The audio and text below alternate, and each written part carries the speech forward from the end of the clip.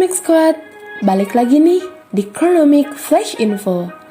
Tahu nggak sih bahwasanya gas merupakan salah satu jenis bahan bakar yang banyak dipakai di dunia loh. Permintaan akan bahan bakar gas pun terus meningkat seiring berjalannya waktu. Oleh karenanya, tidak mengherankan jika ada banyak perusahaan gas di dunia. Beberapa perusahaan gas itu diantaranya bahkan ada yang menjadi sangat besar sampai-sampai menguasai sebagian besar pangsa pasar.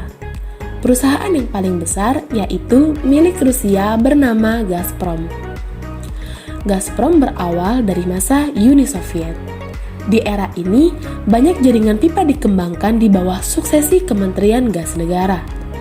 Cadangan gas alam Rusia pertama kali dieksploitasi dalam skala besar tak lama setelah Perang Dunia Kedua. Fasilitas yang pertama adalah pipa sepanjang 843 km dibangun dari Saratov, hilir Sungai Volga, menuju Moskow. Keberhasilan ini mengantar Rusia untuk lebih banyak membangun fasilitas pipa di dekade 1950-an. Pada tahun 1993, dibentuk saham gabungan Rusia bernama ROA Gazprom. Syarat privatisasi adalah pemerintah mempertahankan 40% saham di perusahaan, sedangkan pekerja Gazprom menerima sebesar 15% saham dan 28% dibagikan kepada orang-orang yang tinggal di daerah penghasil gas Rusia. Pada bulan Mei tahun 1995, Gazprom mengadakan rapat pemegang saham pertamanya. Dewan direksi dipilih dan PricewaterhouseCoopers dipilih sebagai auditor perusahaan. Dalam beberapa hal, perusahaan Gazprom menjadi perusahaan yang patut loh untuk ditiru karena berkembang menjadi perusahaan yang diprivatisasi. Perusahaan itu diperkirakan memiliki cadangan gas sebanyak 1,5 triliun kaki kubik. Selain itu, monopoli alami di Rusia dan menguasai sebagian besar pasar ekspor di Eropa.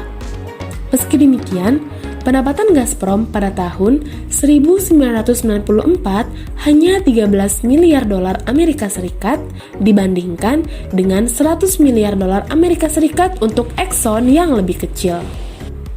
Terlepas dari peran Gazprom terhadap ekonomi Rusia, nyatanya, Gazprom juga digunakan sebagai alat politik loh oleh Rusia. Diketahui bahwa Rusia memegang 38% saham di Gazprom. Tidak cuma itu, Moskow juga diketahui mengendalikan mayoritas kursi di dewan direksi perusahaan.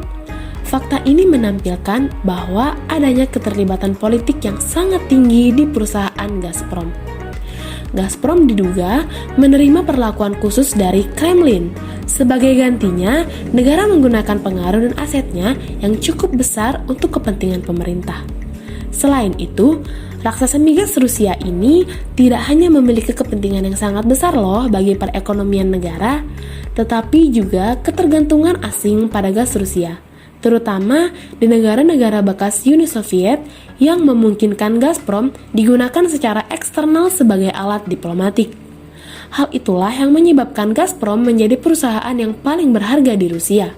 Karena selain menunjang perekonomian, Gazprom juga menunjang sisi politik di Rusia.